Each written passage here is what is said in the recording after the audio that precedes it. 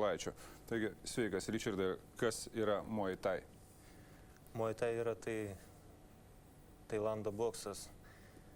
Jisai atėjo į Lietuvą kartu su Mariumi Misiūnu, kuris ten pabuvęs 5 kartų ir gyvenęs stovykloje ir treneriavęsis kartu su sportininkais, profesionalais, viską atvežė į Lietuvą. Ir tai, ką jisai pajuto tenai, tą pajutome ir mes čia Lietuvoje ir savo kailiu. Už ką mes turime būti dėkingi jam, kad mes sužinojome apie Muay Thai ne iš filmų, ne iš knygų, o tiesiai iš lūpų. Ir vakar teko pabūti stovykloje ir stebėti ritualą, tai yra sportininko iššventinimą į kovotojus ritualą. Gal išsamiau apie tai, apie stovyklą pradžiai? Stovykla tai yra tas pats, kas ir mokykla Tailande. Jų yra ne 1000 ir kiekviena mokykla turi savas tradicijas, to talismano ar tai iššventinimo. Talismanas pats kaip yra toks, irgi tą idėją parsivežė Marius Misiūnas iš Tailando. Tenai kiekvienas kovotojas turi talismaną, kuris atneša laimę jam, kurį apsaugo nuo įvairių nelaimių.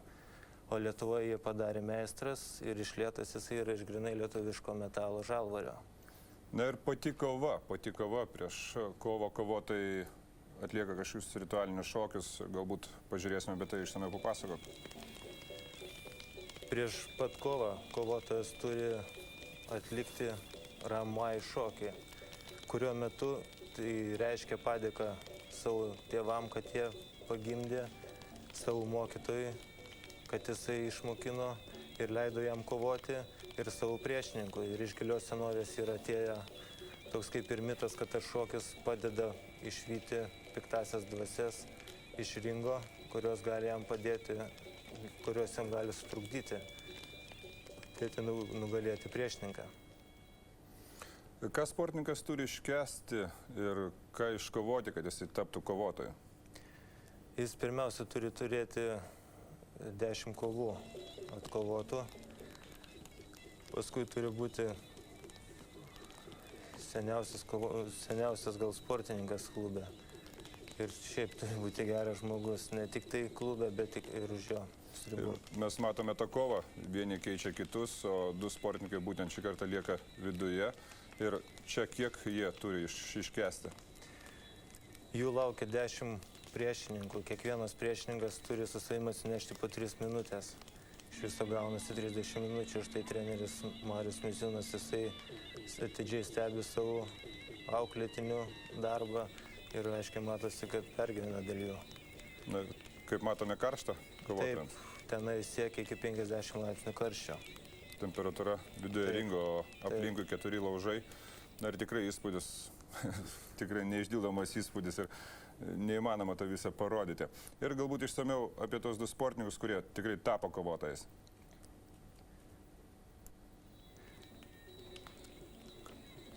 Darius Kliaudys yra. Jis pirmiausia vienas jauniausių yra mūsų sportininkų klube, bet jis neseniai yra tapęs Rusijos jaunimo čempionu. Nors jam 18 metų, bet jis yra jaunas ir gan perspektyvus kovotojas. Na, netrukus pamatysime ir kitą sportininką. Antras kovotojas yra Mindaugas Sipavičius. Jis yra seniausias klubo kovotojas, dalyvavęs Vokietijos turnyruose, jam yra 29 metai.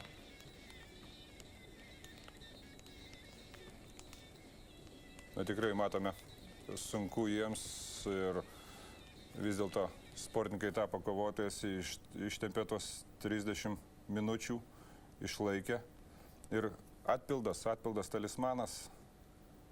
Jie tikrai yra nusipelnę to, nes patikėkim, kad 30 minučių ir karštis, kada siekia, yra labai daug ir jie tikrai yra nusipelnę to talismano nešiuoti, nes jisai gal tikrai padės jam ne tik tai kovoje, bet ir gyvenime. Matyt, sportininkas gaudamas tą talismaną kažkiek tai įpareigojimas ginti ne tik save, bet ir elgtis dorai. Taip, tai yra savotiškas toks kaip ir angelas sargas jo. To kovotojo ne tik tai ringe, bet ir gyvenime. Tai tiek šį vakarą. Tikiuosi, kad ir jūs, gerbiami žiūrovai, nelikote abejingi šiam reginiui. Dėkoju svečiui.